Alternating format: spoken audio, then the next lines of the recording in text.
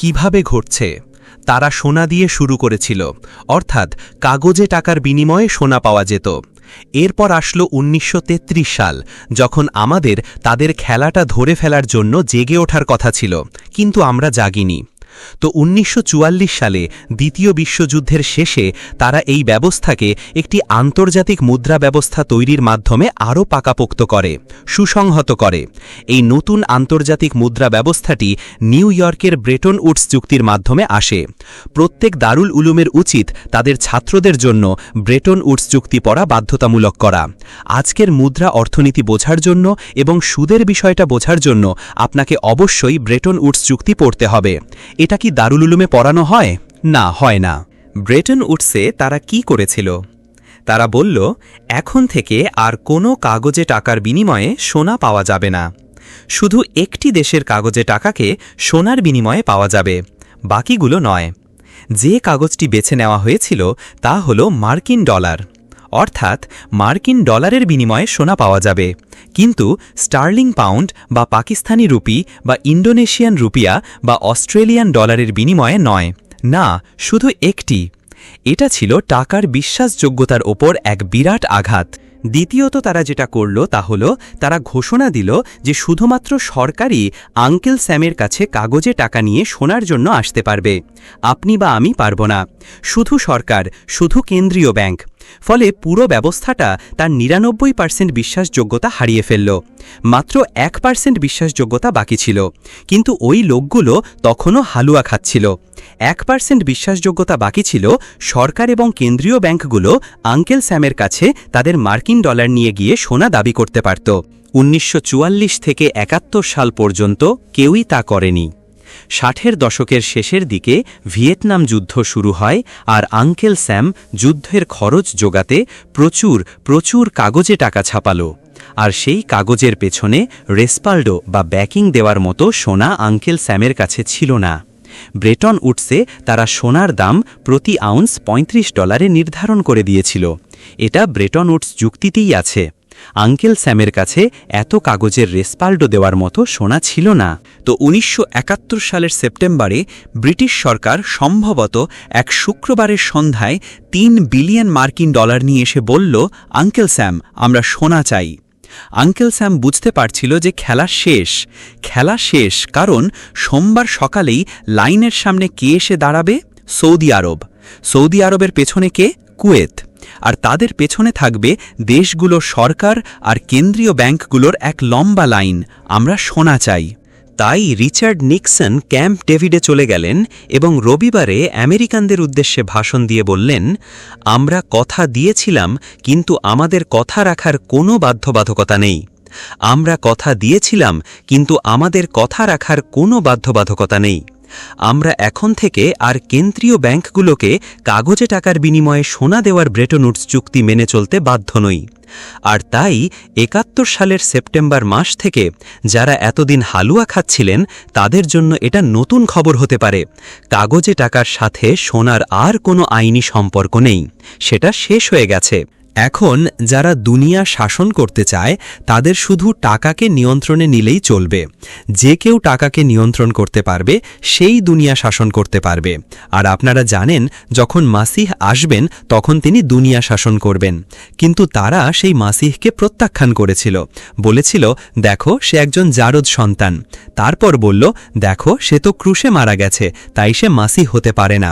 আর নবী সাল্লাল্লাহু বলেছেন যে আল্লাহ দুনিয়াতে এমন একজনকে পাঠাবেন যে মাসিহের ভান ধরবে, এই মাসিহুদ্দাজ্জাল। মাসিহের ভান ধরার জন্য তাকে জেরুজালেম থেকে দুনিয়া শাসন করতে হবে। আর যদি আপনি দুনিয়া শাসন করতে চান, আপনাকে প্রথমে টাকার দুনিয়াকে শাসন করতে হবে। আপনি পারবেন না, টাকার নিয়ন্ত্রণ না নিয়ে বিশ্ব শাসন করা যায় না। আর টাকার নিয়ন্ত্রণ নিতে হলে প্রথম যে কাজটি করতে হয় তা হল আসল মুদ্রার বদলে কাগজে মুদ্রা চালু করা। দ্বিতীয় যে কাজটি করতে হয় তা হল কাগজকে সোনা থেকে বিচ্ছিন্ন করে ফেলা। আর যখন কাগজের সাথে সোনার কোনো সম্পর্ক থাকে না, তখন তারা এই কাগজের ওপর আক্রমণ শুরু করে, যাতে এর মান শুধু কমতে থাকে আর কমতে থাকে। যখন কাগজে টাকার মান ক্রমাগত কমতে থাকে তখন প্রথমত সাধারণ মানুষের কাছ থেকে বিশাল পরিমাণ সম্পদ সেই রক্তচোষা শিকারী অভিজাত গোষ্ঠীর কাছে চলে যায়।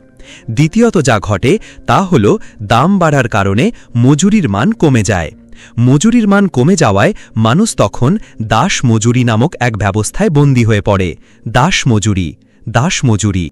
আর যখন একজন মানুষ দাস মজুরিতে বন্দী হয়, আপনি আসলে তাকে দাসে পরিণত করেছেন।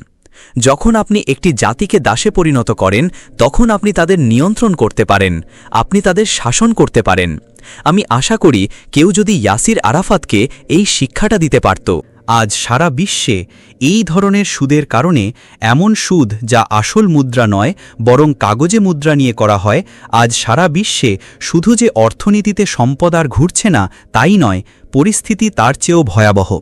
শুধু যে ধনীরা এখন স্থায়ীভাবে ধনী হয়ে গেছে তাই নয়, পরিস্থিতি তার চেয়েও ভয়াবহ। শুধু যে গরিবরা এখন স্থায়ীভাবে গরিব তাই নয়, পরিস্থিতি এর চেয়েও খারাপ। ধনীরা এখন জঘন্য রকম ধনী হয়ে উঠেছে আর গরিবরা এখন করুণ দুর্দশা, নতজানু দারিদ্র্যের শিকার হয়েছে এমন এক জাতির দ্বারা যারা রবিবারের সকালে গির্জায় গিয়ে ভান করে যে তারা এক শ্বেতাঙ্গ পুরুষের উপাসনা করছে যাকে তারা তাদের ঈশ্বর মনে করে। তারা তো সেই শ্বেতাঙ্গ পুরুষ ঈশ্বরেরও উপাসনা করছে না। তারপর অন্যরা বলে, না, তিনি শ্বেতাঙ্গ নন, তিনি কৃষ্ণাঙ্গ। তারপর আরেক দল বলে, না, ঈশ্বরকে পুরুষ বলাটা তো বৈষম্যমূলক, ঈশ্বর পুরুষ ও নারী উভয়ই হওয়া উচিত। এখন আমেরিকায় এটাই বিতর্ক, ঈশ্বর নাকি পুরুষ ও নারী উভয়ই। আর সম্ভবত আগামীকাল আপনি শুনবেন ঈশ্বর কেবল একজন নারী। আপনারা কি জানেন আমরা যখন এখানে হালুয়া খাচ্ছি তখন ইন্দোনেশিয়ার অবস্থাটা কি?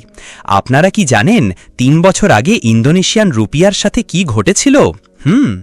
আইএমএফ ইন্দোনেশিয়াকে মাত্রই পুরোপুরি সুস্থ বলে সার্টিফিকেট দিয়েছিল, একটি অর্থনীতি যা শক্তিশালী, স্বাস্থ্যকর। ইন্দোনেশিয়া একটি প্রধান তেল উৎপাদনকারী দেশ। ইন্দোনেশিয়ার ভূমি অত্যন্ত উর্বর। ইন্দোনেশিয়ার জনসংখ্যা বিশাল, উদ্যমী জনগোষ্ঠী। ইন্দোনেশিয়া খনিজ সম্পদে ভরপুর। ইন্দোনেশিয়ার গরিব হওয়ার কোনো কারণই নেই। আর আইএমএফ বলছে যে ইন্দোনেশিয়ার অর্থনীতি খুবই স্বাস্থ্যকর। হঠাৎই বিশ্বজুড়ে ব্যাংকিং কেন্দ্রগুলিতে থাকা সেই রক্তচোষা শিকারী অভিজাত গোষ্ঠী ইন্দোনেশিয়ান রুপিয়ার উপর আক্রমণ করে এবং ইন্দোনেশিয়ান রুপিয়ার পতন ঘটে। এর বিনিময় হার ছিল প্রায় ৮,০০০, কিন্তু একদিন বা এক সপ্তাহের মধ্যে তা $১ বিপরীতে ২০,০০০ রুপিয়া হয়ে যায়। ইন্দোনেশিয়ার টাকা ধসিয়ে দেওয়ার এই প্রক্রিয়ায় তারা সম্ভবত দেশটির অর্ধেকেরও বেশি সম্পদ লুট করে নিয়ে গেছে। ইন্দোনেশিয়ার অর্ধেক মানুষ স্বয়ংক্রিয়ভাবে, তাৎক্ষণিকভাবে দারিদ্র্য সীমার নিচে চলে যায়। ইন্দোনেশিয়ার অর্ধেক মানুষ। আর জানেন দারিদ্র্য সীমাটা কি? মাসে $29। মাসে $29, কারণ আমরা কাগজকে টাকা হিসাবে মেনে নিয়েছি। ইন্দোনেশিয়াকে আক্রমণ করার কারণ হল ইন্দোনেশিয়ার মানুষ ইসলামকে ভালোবাসে। তার ইসলামে সে নিষ্ক্রিয় নয়, তার ভেতরে একটা সক্রিয়তা আছে। সে লড়াই করতে প্রস্তুত, সে মরতেও প্রস্তুত। এটাই হলো ইন্দোনেশিয়ান। সুতরাং আপনাকে তাদের শয়তান হিসেবে চিত্রিত করতে হবে, মিডিয়া ব্যবহার করে তাদের শয়তান বানাতে হবে, তাদের খারাপ দেখাতে হবে।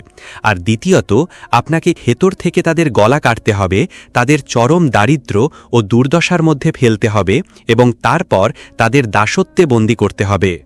একই ঘটনা ঘটছে তুরস্কের সাথে। একই ঘটনা। আপনারা কি জানেন তুরস্কের টাকার অবস্থা এখন কি? ধন্যবাদ মোস্তফা কামাল নামের এক ব্যক্তিকে, যিনি ঘোষণা করেছিলেন যে উসমানীয় ইসলামিক রাষ্ট্র ছিল পশ্চাৎপদ এবং আমাদের এখন ইউরোপের নকল নবিশ হতে হবে এবং আধুনিক তুরস্ক রাষ্ট্র প্রতিষ্ঠা করতে হবে, যা একটি ধর্মনিরপেক্ষ রাষ্ট্র। বেশ ভালো কথা। আপনার এই তুর্কি ধর্মনিরপেক্ষ রাষ্ট্র আপনাদের কোথায় নিয়ে গেছে? আপনার অর্থনৈতিক অবস্থা কি? বলুন মোস্তফা কামাল, কথা বলুন। আপনারা কি জানেন তুর্কি লিরার অবস্থা এখন কি? ধন্যবাদ তাদের যারা ইসলামের সাথে বিশ্বাসঘাতকতা করেছে। কেউ কি জানেন তুর্কি লিরার কথা? তুর্কি লিরার বিনিময় হার কত কেউ জানেন? $1.5 মিলিয়ন তুর্কি লিরা $1 সমান। আর তারা এখনও হালুয়া খাচ্ছে। অন্য কথায় তুরস্কের সাধারণ মানুষ যারা ইসলামকে আঁকড়ে ধরে আছে তারা নয় যারা হুইস্কি পান করছে কারণ তারা সুবিধাভোগী। যারা ইসলামকে ধরে আছে গ্রামের মানুষ, কৃষি অর্থনীতির কৃষকরা, এই মানুষগুলো এখন সবচেয়ে নতজানু দুর্দশা ও দারিদ্র্যের মধ্যে পড়েছে, যা দাসত্বেরই নামান্তর। তাই তাদের সেই ক্ষমতা নেই যে তারা তুরস্কের সেনাবাহিনীর প্রতিরোধ করবে, যে সেনাবাহিনী এখন ইসরায়েলের সাথে একটি প্রতিরক্ষা চুক্তি স্থাপন করেছে। না, করতে পারবে না। যে তুর্কি সেনাবাহিনী, উসমানীয় সেনাবাহিনী পুরো ইউরোপকে কাঁপিয়ে দিত, ভয়ে থরথর করত। হ্যাঁ, বিশ্বের সবচেয়ে শক্তিশালী সশস্ত্র বাহিনী। আজ অনুমান করুন তুর্কিরা কি করছে। উসমানীয় সেনাবাহিনীতে থাকা তুর্কি যুবকরা এখন নিউ ইয়র্কের লং আইল্যান্ডে গ্যাস বিক্রি করছে। প্রত্যেকটা গ্যাস স্টেশনে আপনি 12 ঘন্টা কাজ করেন, 12 ঘন্টার শিফট। আপনি কুকুরের মতো খাটেন আর আপনাকে কুকুরের মতো মজুরি দেওয়া হয়। আপনি কুকুরের মতো খাটেন আর আপনাকে কুকুরের মতো মজুরি দেওয়া হয়। সারা যুক্তরাষ্ট্র জুড়ে তুর্কি যুবকরা। সুদের কারণে আজ আমরা এই পর্যায়ে এসে পৌঁছেছি। পরিস্থিতি এর চেয়েও ভয়াবহ।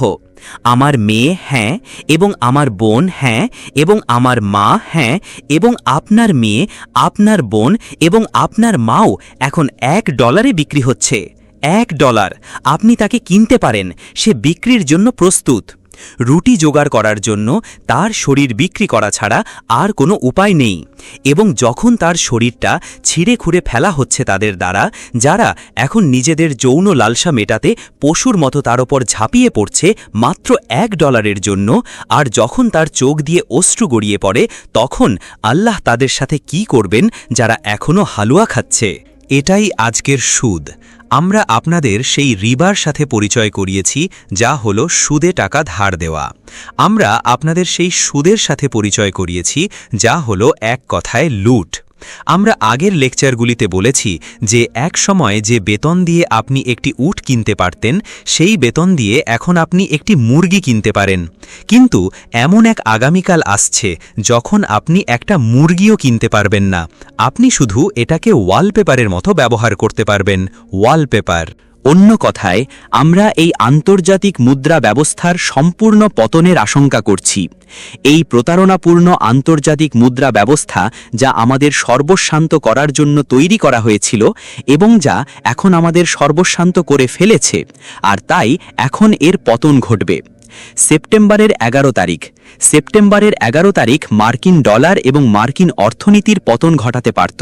এটা করতে পারত যদি মার্কিন যুক্তরাষ্ট্রের প্রেসিডেন্টকে হত্যার উদ্দেশ্যে পাঠানো বিমানটি পেনসিলভানিয়ায় বিধ্বস্ত না হতো। তারা আমেরিকাকে আক্রমণ করেছে কারণ তাদের উদ্দেশ্য হল বিশ্বের শাসক রাষ্ট্র হওয়া। তারা আমেরিকাকে আক্রমণ করে আর দোষ চাপায় আমাদের ওপর।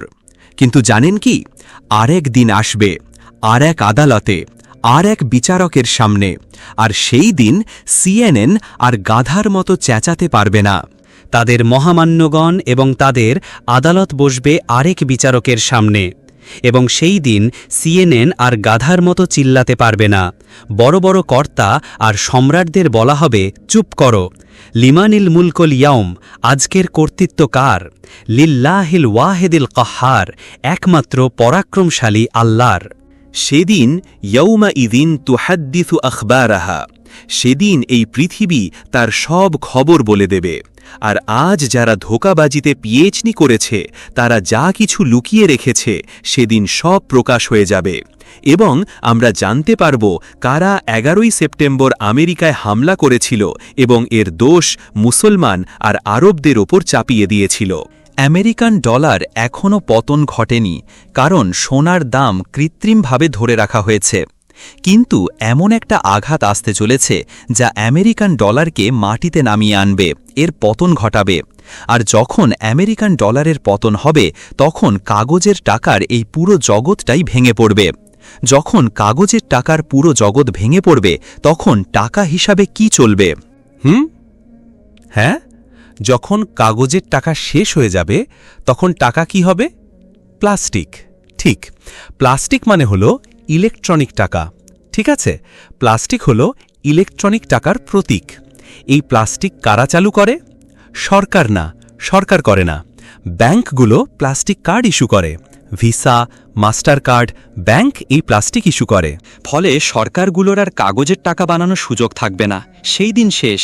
ব্যাংকগুলোই তখন আনুষ্ঠানিকভাবে টাকা নিয়ন্ত্রণ করবে। ব্যাংকগুলোর মালিক কে তা নিয়ে আমরা চিন্তিত নই, সেটা অপ্রাসঙ্গিক। আমরা জানতে চাই বিশ্বের ব্যাংকিং ব্যবস্থা কে নিয়ন্ত্রণ করে।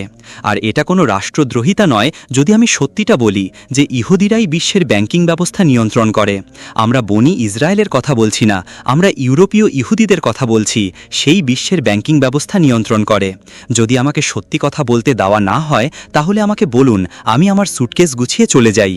যখন তারাই টাকা পয়সা নিয়ন্ত্রণ করবে এবং ইসরায়েল সেই বড় যুদ্ধ শুরু করবে যা আমরা জানি যে আসছে, এবং ইসরায়েল রাষ্ট্রের ভূখণ্ড নাটকীয়ভাবে ফোরাত নদী পর্যন্ত বিস্তৃত হবে, ইরাককে তার ভেতরে নিয়ে নেবে, আর এ কারণেই 10 বছর আগে উপসাগরীয় যুদ্ধ হয়েছিল, তখন ইসরায়েল হবে বিশ্বের শাসক রাষ্ট্র।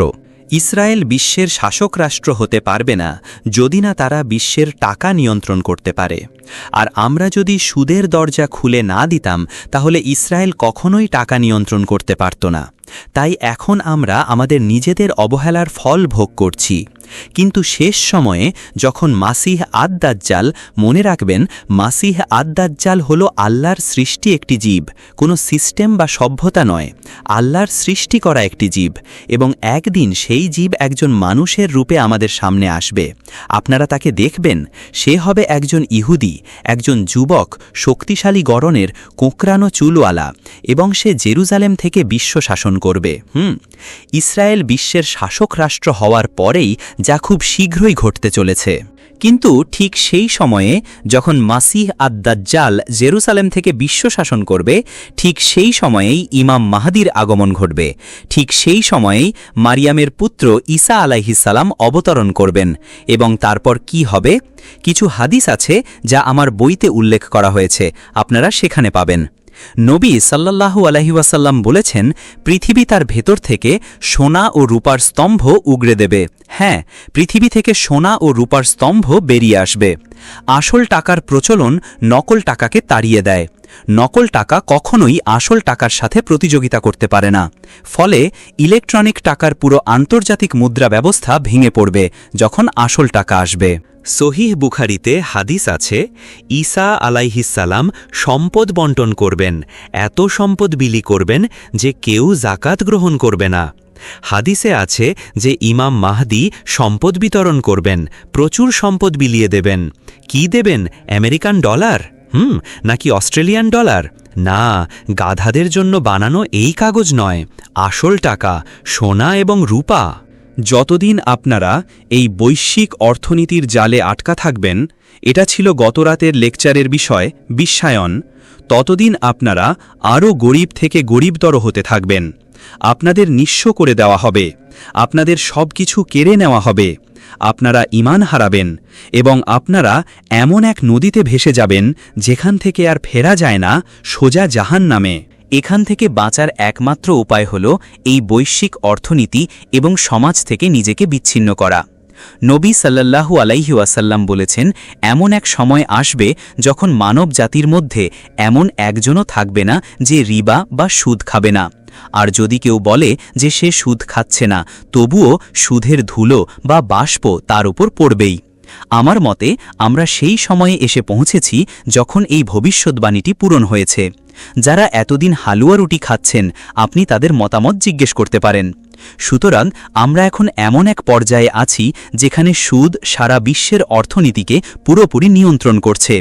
আপনি এর সাথে লড়তে পারবেন না, আপনি একে ধ্বংস করতে পারবেন না। না, তাহলে কি করবেন? আপনাকে এর থেকে নিজেকে বিচ্ছিন্ন করতে হবে। তিনি সাল্লাল্লাহু আলাইহি ওয়াসাল্লাম বলেছেন, এমন সময় আসবে যখন একজন মানুষকে তার ধর্ম, তার ঈমান বাঁচানোর জন্য পাহাড়ের চূড়ায় পালিয়ে যেতে হবে যেখানে বৃষ্টি পড়ে, এবং সাথে কিছু ভেড়া ও ছাগল নিয়ে যেতে হবে। তাই আমার পরামর্শ হল, এই নাস্তিক শহরগুলো থেকে নিজেদের বিচ্ছিন্ন করুন যেখানে একটানা পিষে ফেলার মতো অর্থনৈতিক নিপীড়ন চলছে। এমন জায়গা খুঁজুন যেখানে জমির দাম কম, যেখানে পানি আছে, সেখানে গিয়ে একটি মুসলিম গ্রাম তৈরি করুন এবং সেই মুসলিম গ্রামে আপনারা 3 লাখ 5 লাখ ডলারের বাড়ি বানাবেন না। আমরা এখন ইন্দোনেশিয়ায় একটি গ্রাম তৈরির পরিকল্পনা করছি, আর জানেন একটি বাঁশের বাড়ি তৈরি করতে আমাদের কত খরচ হবে? প্রায় 2000 মার্কিন ডলার, প্রায় $2000। আর এটা হবে খড়ের চালা দেওয়া সুন্দর একটা বাঁশের বাড়ি, যা প্রাকৃতিক ভাবেই ঠান্ডা থাকবে। যখন মারিয়ামের পুত্র আল্লাহর রাসূল ফিরে আসবেন এবং আমরা তাকে ওই বাঁশের বাড়ি এবং এই $1 মিলিয়ন বাড়ির মধ্যে একটি বেছে নিতে বলবো, তিনি কোনটি বেছে নেবেন? যদি বাঁশের বাড়িটাই আপনার পছন্দ হয়, তাহলে যখন আপনি সুদ সংক্রান্ত সমস্যা আর প্রশ্ন নিয়ে আমাদের কাছে আসবেন, আমরা আপনাকে সাহায্য করতে পারব। কিন্তু যদি এই $1 মিলিয়ন বাড়িটা আপনার পছন্দ হয়, তাহলে উত্তরের জন্য আমার কাছে আসবেন না, কারণ আমি আপনাকে সাহায্য করতে পারব না। সুতরাং মুসলিম গ্রামে আমরা সাধারণ বাড়ি তৈরি করব, সাধারণ বাড়ি। আমরা নিজেদের খাবার নিজেরাই উৎপাদন করব, ফলে আমরা সুরক্ষিত থাকব, নিরাপত্তাহীনতায় ভুগব না। তবে সবচেয়ে বড় কথা হলো, মুসলিম গ্রামে আমাদের নিজস্ব একটি মাইক্রো মার্কেট বা ছোট বাজার থাকবে, কারণ এই বড় বাজার বা ম্যাক্রো মার্কেটকে আক্রমণ করে সরানো যাবে না। না, আপনি ম্যাক্রো মার্কেট থেকে সুদ দূর করতে পারবেন না, কিন্তু মাইক্রো মার্কেটে পারবেন। হ্যাঁ, মাইক্রো মার্কেটে আমরা সুন্নার দিকে ফিরে যাব, সেই টাকা ব্যবহার করব যা সুন্নাসম্মত। ফলে মাইক্রো মার্কেটে আপনারা আপনাদের ঘামের আসল মূল্য পাবেন। আমি ইন্দোনেশিয়ার গ্রামবাসীদের জিজ্ঞাসা করেছিলাম, আমি বলেছিলাম, যদি আমাদের বাজারে টাকা হিসেবে ব্যবহার করার মতো যথেষ্ট সোনা ও রূপা না থাকে, তাহলে আমরা কি ব্যবহার করব? আর আপনারা কি জানেন, ইন্দোনেশিয়ার গ্রামের লোকেরাও আমাকে সঠিক উত্তর দিতে পেরেছিল, এক মুহূর্তও না ভেবে। জাভা দ্বীপে তারা বলেছিল, আমরা চালকে টাকা হিসেবে ব্যবহার করব, কারণ জাভা হলো চাল, ইন্দোনেশিয়া হচ্ছে চালের ভাণ্ডার। কিন্তু আমি যখন তাদের পরের প্রশ্নটা করলাম, সেটার উত্তর তারা দিতে পারল না। প্রশ্নটা ছিল, আপনারা যদি চালকে টাকা হিসেবে ব্যবহার করতে চান, তাহলে সবচেয়ে বড় কোন সমস্যার মুখোমুখি হবেন? এর উত্তর হল, ইন্দোনেশিয়ার সরকার চালের ওপর প্রাইস কন্ট্রোল বা মূল্য নিয়ন্ত্রণ আরোপ করেছে। যারা নিজেদেরকে মুক্তবাজার অর্থনীতি চ্যাম্পিয়ন বলে দাবি করে, তারাই নির্লজ্জের মতো চালের ওপর প্রাইস কন্ট্রোল আরোপ করে। ব্যাপারটা এমন না যে ইন্দোনেশিয়ার সরকার কৃষকদের কাছ থেকে ন্যায্য বাজার মূল্যে চাল কিনছে আর তারপর বাজারে কম দামে বিক্রি করছে। না না না না, ইন্দোনেশিয়ার সরকার একতরফাভাবে চালের এমন একটা দাম নির্ধারণ করে দেয় যা বাজার মূল্যের চেয়ে অনেক কম, আর এর ফলে বাজার চাষিকে ঠকাচ্ছে। সে পরিশ্রম করে ঘাম ঝরায়, কিন্তু তার ঘামের ফল সে পায় না। না, এই রক্তচোষা শিকারী ব্যাংকিং সিস্টেম, তারাই তার পরিশ্রমের ফল ভোগ করে। আমরা কি করব? এই প্রাইস কন্ট্রোলের সমস্যা থেকে আমরা কিভাবে বের হতে পারি? এটা কি হালাল নাকি হারাম? এক ব্যক্তি নবী আলাইহিসসালাতু ওয়াসসালামের কাছে আসলেন। এই হাদিসটি আমার বইতে আছে। তিনি বললেন, হে আল্লাহর রাসূল, জিনিসপত্রের দাম নির্ধারণ করে দিন, কারণ বাজারে তখন দাম খুব বেশি ছিল। নবীজি বললেন, না। তিনি দ্বিতীয়বার আসলেন, তৃতীয়বারও আসলেন। তার মানে পরিস্থিতি নিশ্চয়ই খুব কঠিন ছিল। নবীজি বললেন, না। তবে তিনি বললেন, আমি আল্লাহর কাছে হাত তুলে দোয়া করতে পারি। আমরা আল্লাহর কাছে হাত তুলে দোয়া করতে পারি যেন আল্লাহ দাম কমিয়ে দেন, যেমন ধরুন সরবরাহের পরিমাণ বাড়িয়ে দিয়ে। সুতরাং ইসলাম পৃথিবীকে কোনো ধরনের মূল্য নিয়ন্ত্রণ ছাড়াই একটি সম্পূর্ণ মুক্ত ও ন্যায্য বাজার ব্যবস্থা উপহার দিয়েছে। পৃথিবীর ইতিহাসে সর্বশেষ মুক্ত ও ন্যায্য বাজার ছিল উসমানীয় ইসলামী খেলাফতের বাজার। পৃথিবীর ইতিহাসে সর্বশেষ মুক্ত ও ন্যায্য বাজার ছিল উসমানীয় ইসলামী খেলাফতের বাজার। কিন্তু যারা হালুয়া খাচ্ছে, তারা এসবের কিছুই জানে না। না, তারা উসমানীয় খেলাফতকে আক্রমণ করে। তারা এ নিয়ে সব ধরনের বাজে কথা বলে। হ্যাঁ, তারা এটাকে তুচ্ছ-তাচ্ছিল্য করে। অথচ এটা নিউ ইয়র্কের স্টেট ইউনিভার্সিটির গবেষকরা, জায়গার নামটা কি, স্টোনি ব্রুক না আপস্টেট নিউ ইয়র্কের কোনো একটা জায়গা, হ্যাঁ upstate new York, state university of new ইয়র্কের সেই গবেষকরা, তারা অমুসলিম। তারাই গবেষণা করে এই ঘোষণা দিয়েছেন যে পৃথিবীর ইতিহাসে সর্বশেষ মুক্ত ও ন্যায্য বাজার ছিল উসমানীয় ইসলামী খেলাফতের বাজার। আর যখন ওসমানীয় ইসলামী খেলাফতকে ভেঙে ফেলা হলো এবং ইউরোপ বিশ্বজুড়ে বাজারের নিয়ন্ত্রণ নিয়ে নিল তখন সেই মুক্ত ও ন্যায্য বাজার অদৃশ্য হয়ে গেল। আর এখনকার বাজার হল চোরদের বাজার, যা পুরো মানব জাতিকে ঠকিয়ে তাদের সম্পদ কেড়ে নিচ্ছে। আমি আজ রাতে আপনাদের সামনে এই বিষয়ের একটি বিস্তৃত চিত্র তুলে ধরেছি। প্রথমে এই চিত্রটি ভালোভাবে অধ্যয়ন করুন এবং আমাদের জন্য এর প্রভাব কি হতে পারে তা বোঝার চেষ্টা করুন। আল্লাহ আমাদের সাথে কি করবেন, তার ক্রোধ কতটা তীব্র হতে পারে সেটা ভাবুন। সিডনিতে কিভাবে একটা বাড়ি কেনা যাবে সেই প্রশ্ন আমাকে করার আগে এসব ভাবুন। হ্যাঁ, শেষ করার আগে আমি আরও একটি বিষয় যোগ করতে চাই। যারা আমাদের আক্রমণ করছে তারা প্রতারণার ওপর পিএইচডি করে বসে আছে। যদি 10 জন মুসলিম থাকে আর তারা যদি এর মধ্যে 6 জনকে ব্যাংক থেকে সুদভিত্তিক লোন নিয়ে বাড়ি বা গাড়ি কিনতে অথবা একটা ইসলামিক স্কুল বানাতে রাজি করাতে পারে, 4 জন মুসলিম তখনও প্রতিরোধ করে। কিন্তু তারা এতেই সন্তুষ্ট না, যতক্ষণ না তারা ওই বাকি 4 জনকেও ধরতে পারছে। তারা এখন ওই বাকি 4 জনকেও পেতে চায়, যারা আল্লাহ ও তার রাসূলের প্রতি বিশ্বাস্ত থাকতে চায়। তাহলে তারা তাদেরকে কিভাবে ধরে? তারা তাদেরকে ধরে ইসলামিক ব্যাংক নামক এক জিনিসের মাধ্যমে। হ্যাঁ, ইসলামিক ব্যাংক। অনুমান করুন তো ইসলামিক ব্যাংক কি করে? শেষ করার আগে আমাকে এটা বলতেই হবে। ইসলামিক ব্যাংক যা করে 10 বারের মধ্যে 9 বারই তা হল আপনাকে পেছনের দরজা দিয়ে সুদ ধরিয়ে দেয়। উদাহরণ দিচ্ছি, সম্ভবত ইসলামিক ব্যাংকগুলোর সকল ব্যবসার মধ্যে এটাই সবচেয়ে প্রচলিত উদাহরণ। ইসলামে ব্যবসায়িক লেনদেনের সাধারণ নিয়ম হল নগদ লেনদেন, ক্যাশ ট্রানজ্যাকশন, আর বাকিতে লেনদেন, ক্রেডিট ট্রানজ্যাকশন হল নিয়মের ব্যতিক্রম। একটি বাকি লেনদেন হল যেখানে আপনাকে টাকা পরিশোধ করার জন্য সময় দেওয়া হয়, ঠিক আছে? ইসলামে ব্যবসায়িক লেনদেনের সাধারণ নিয়ম হল নগদ লেনদেন, তাই ইসলামে বাজার মূল্য মানেই হল নগদ মূল্য। ওমর রাদিয়াল্লাহু আনহু বাজারে এসে দেখলেন এক লোক তার জিনিসপত্র বাজার দরের চেয়ে কমে বিক্রি করছে। ওমর তাকে বললেন, বেরিয়ে যাও, হয় দাম বাড়াও নয়তো আমাদের বাজার থেকে বেরিয়ে যাও। তুমি দাম কমাচ্ছ তোমার প্রতিযোগীদের গলা কাটার জন্য, আর যখন তারা ধ্বংস হয়ে যাবে তখন তুমি বাজারের নিয়ন্ত্রণ নিয়ে দাম বাড়িয়ে দেবে। সুতরাং বাজার মূল্য হল নগদ মূল্য। একটা বাড়ির দাম ধরা যাক $1,00,000। এটা কেনার মতো $1,00,000 আমার কাছে নেই। ইসলামিক ব্যাংক বলে কোনো সমস্যা নেই। ইসলামিক ব্যাংক বলে আমরা এটা $1,00,000 কিনব আর তারপর তোমার কাছে $4,00,000 বিক্রি করব। কি বললেন? হ্যাঁ, আমি শুনতে পাইনি। আমরা এটা $1,00,000 কিনব এবং তোমার কাছে $4,00,000 বিক্রি করব।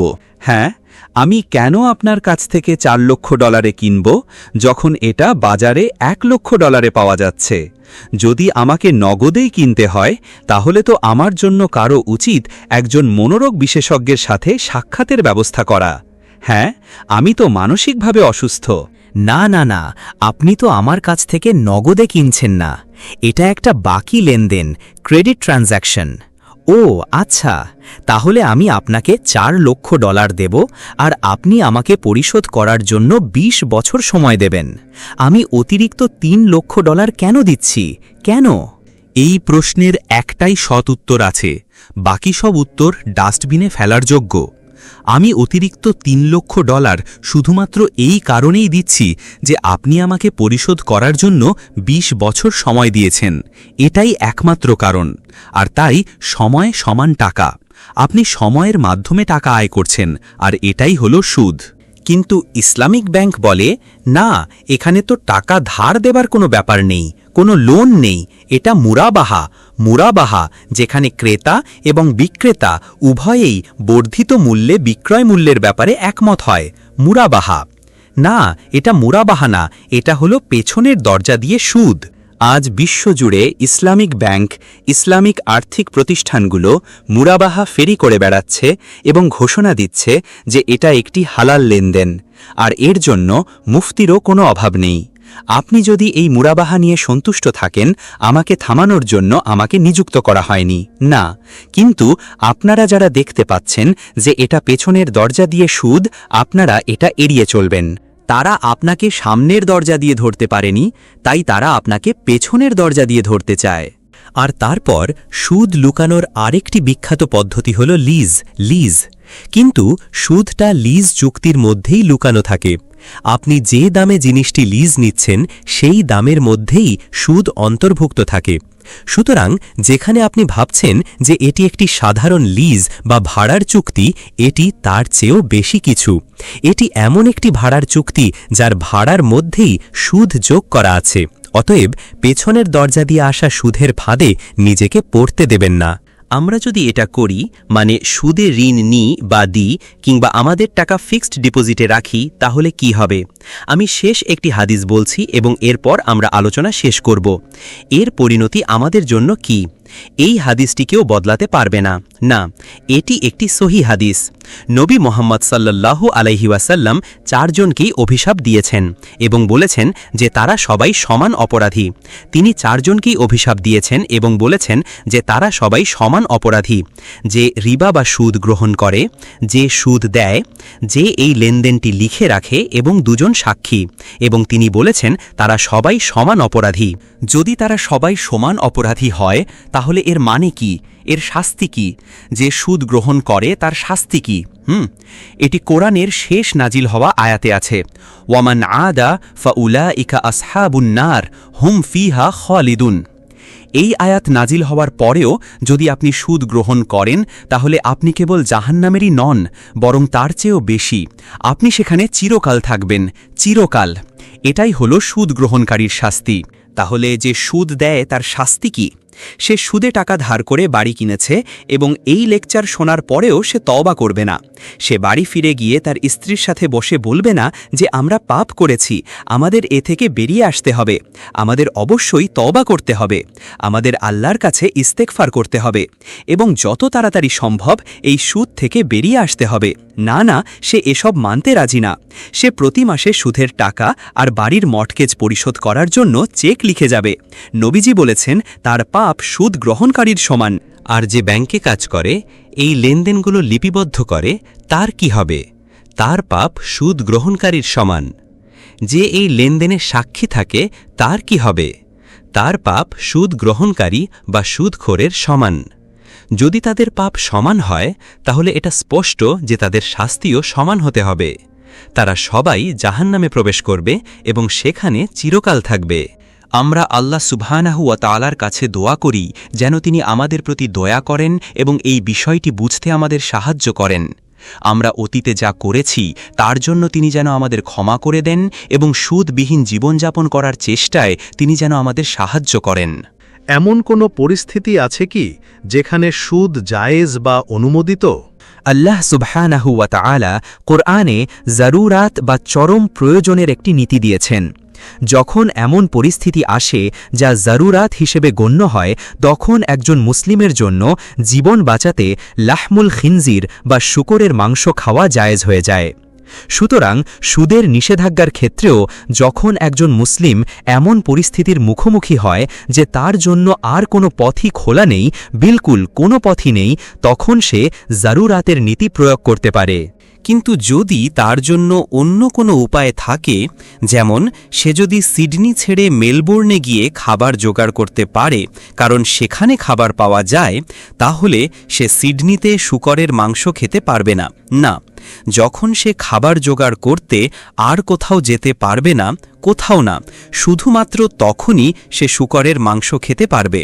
সুতরাং আল্লাহর পৃথিবীতে যদি এমন কোনো জায়গা থাকে যেখানে আপনি গিয়ে সরাসরি সুদ থেকে বাঁচতে পারেন, অবশ্যই এর ধুলোবালি থেকে আপনি বাঁচতে পারবেন না, তাহলে জরুরাতের নীতি প্রয়োগ করার আগে একজন মুসলিমের জন্য ফরজ হল আল্লাহর পৃথিবীতে এমন একটি জায়গা খুঁজে বের করার চেষ্টা করা যেখানে সে তার দিন নিয়ে বাঁচতে পারবে।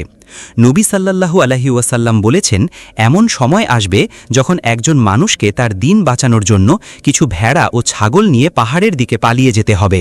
সূরা নিসায় একটি আয়াত আছে, ফেরেশতারা এমন কিছু লোকের রূহ কবজ করেছেন যারা নিজেদের আত্মার ওপর জুলুম করেছে।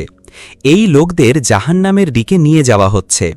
ফেরেশতারা তখন থামেন এবং তাদের জিজ্ঞাসা করেন, ফিমা কুনতুম, কি হয়েছিল তোমাদের যে তোমরা এই বিপদে পড়লে এবং জাহান্নামের দিকে যাচ্ছ?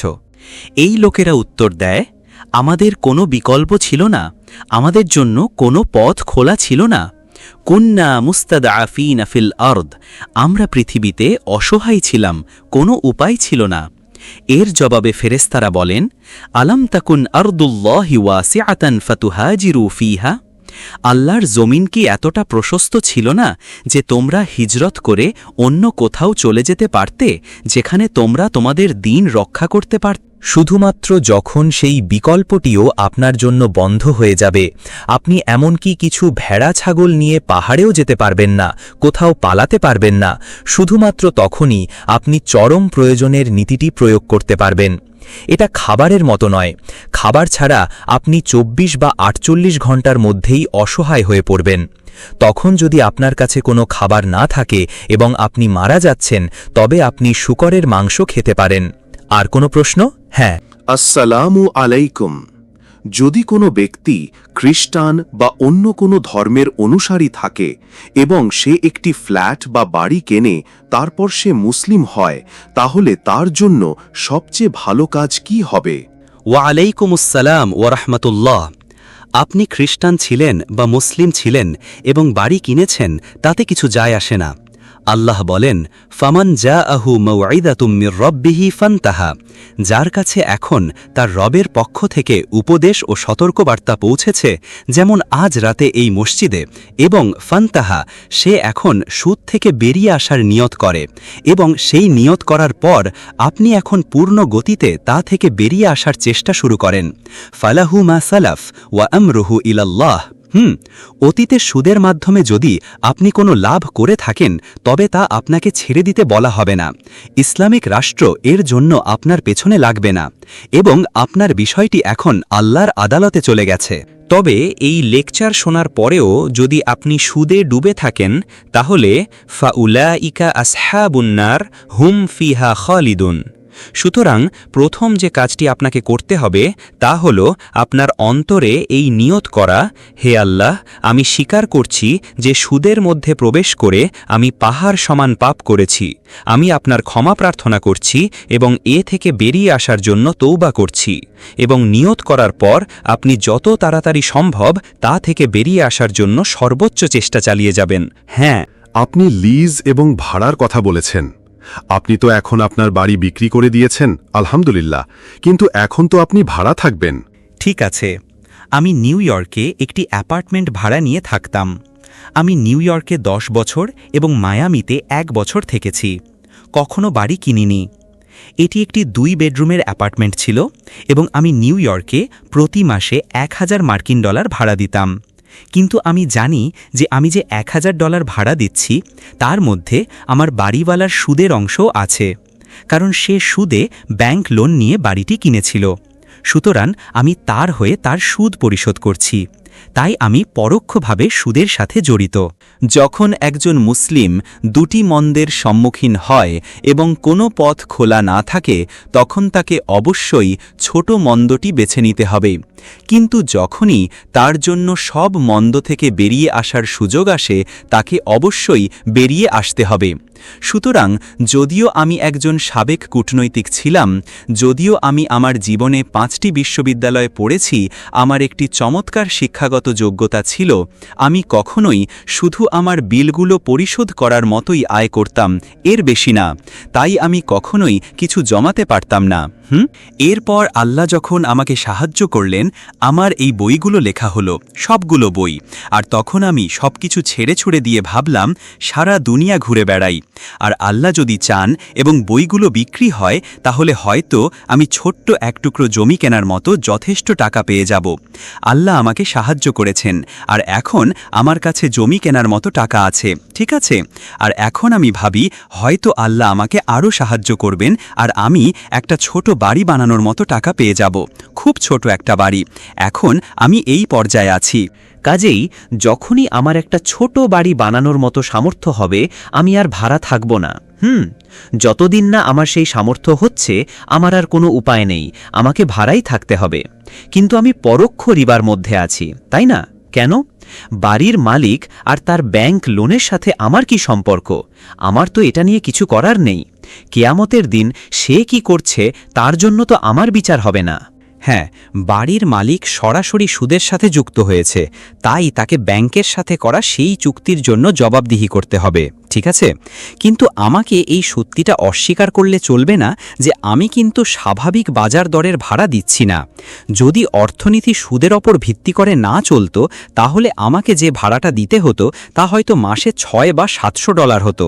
কিন্তু যেহেতু বাড়িটা সুদের ওপর ব্যাংক লোন নিয়ে কেনা হয়েছে তাই বাজারের ভাড়ার মূল্য বেড়ে গেছে, বুঝতে পারছেন? তাই আমাকে এটা স্বীকার করতেই হবে যে আমি পরোক্ষভাবে সুদের মধ্যে আছি। কিন্তু যেহেতু আমার অন্য কোনো উপায় নেই, আমার নিজের একটা বাড়ি, এমনকি সবচেয়ে ছোট একটা বাড়ি কেনারও সামর্থ্য নেই, তাই আমাকে এই অপেক্ষাকৃত কম মন্দের সাথেই থাকতে হচ্ছে। কিন্তু যখনই আমি সবচেয়ে ছোট বাড়িটারও মালিক হব, আমি এই কম মন্দ থেকেও বেরিয়ে আসব এবং তখন আমার আর কোনো